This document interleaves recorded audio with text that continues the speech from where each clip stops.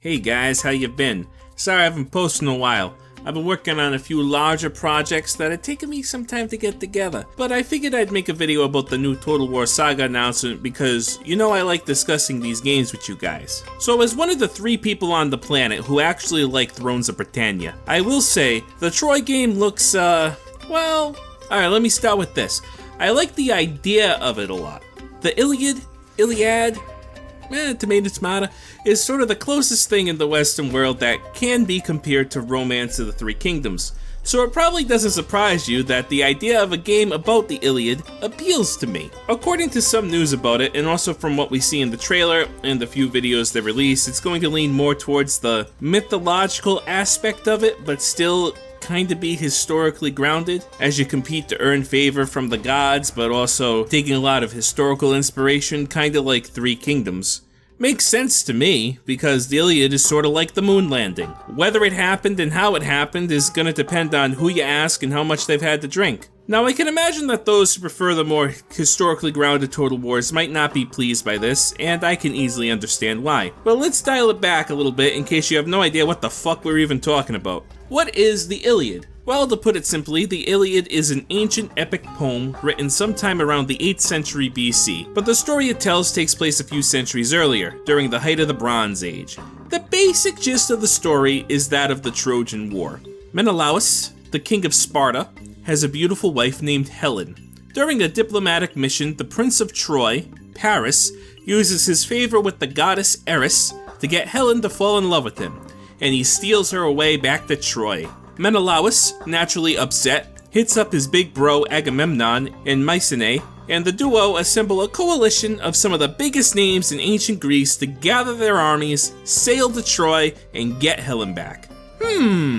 I can kind of see the similarities in why they might have decided to make this game. There's a lot of famous characters in the story. The 2 anyone who knows just a fraction of ancient Greek myth are aware of are Achilles, the legendary warrior who led a band of elite soldiers known as the Myrmidons, and was also invincible in every place except for his heel, and Odysseus, the king of Ithaca and star of the Odyssey, the Iliad's original sequel. There are other famous names too. On the Trojan side, there is notably Hector, who is Paris' older brother and the Trojan champion, and also kind of Achilles' rival in the story. There is also Aeneas, who isn't too prominent in the ancient Greek story, but is the star of the ancient Roman Aeneid, which is a sequel to the Iliad. I could list names all day, but the bottom line is there are a lot of famous figures, and the parallel to Three Kingdoms is kinda noticeable. So going by the announcement trailer and the vibe it gives, it seems like this game is gonna take some inspiration from mechanics in Three Kingdoms like the duels. The Iliad, also like Three Kingdoms, has a big focus on duels between heroes,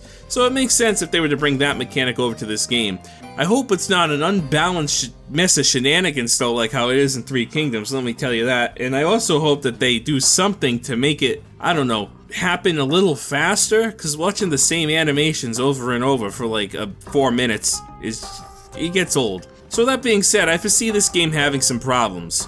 For one, much like Thrones of Britannia, I anticipate it having a poor reception due to its pricing and the fact that it could easily be DLC for an already existing game, but I think that's the least of the worries here. The Trojan War was actually a fairly small-scale war in terms of who was involved in the geographic location. The bulk of the fighting, practically all of it, occurred outside of the city of Troy in Asia Minor. From what they showed with the campaign map, it just looks a little small to me. I imagine that there will be a bit more to it, and it'll include all of Greece and Asia Minor, hopefully, but it leaves me questioning how much content this game will actually have. There's also the fact that there was pretty much only 2 sides in the Trojan War, the Greeks and the Trojans. Unlike Three Kingdoms, there wasn't a lot of side switching or warlords fighting each other or anything like that. If someone on the Greek side had a problem with someone else, they didn't fight each other, they just kinda left. So, again, I have to wonder, how are we going to be doing this whole distribution of factions thing?